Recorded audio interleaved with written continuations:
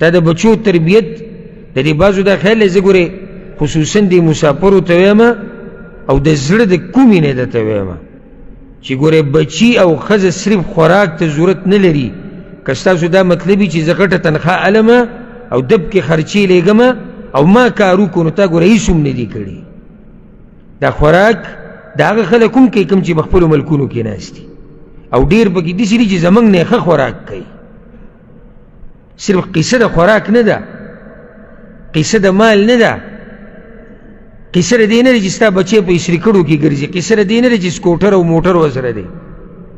قصه د دې ده صحیح ده ته خو پیسې ډېرې لېږي دې بچو ته دې څه سړیتوب ښوولی دی څه تپوس یې کوې ورځې خواله پته درته شتي چې څه کوي څه نه کوي دا خبره ده د مور پلار دې کې کردار دی چې د وړوکوالي نه ورته الله او د الله رسول وښیي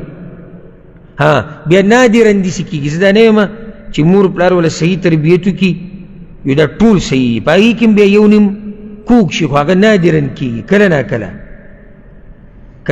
داسې کېږي چې مور پلار وله ښه تربیت وکړي او بچی کوږ ووږ شي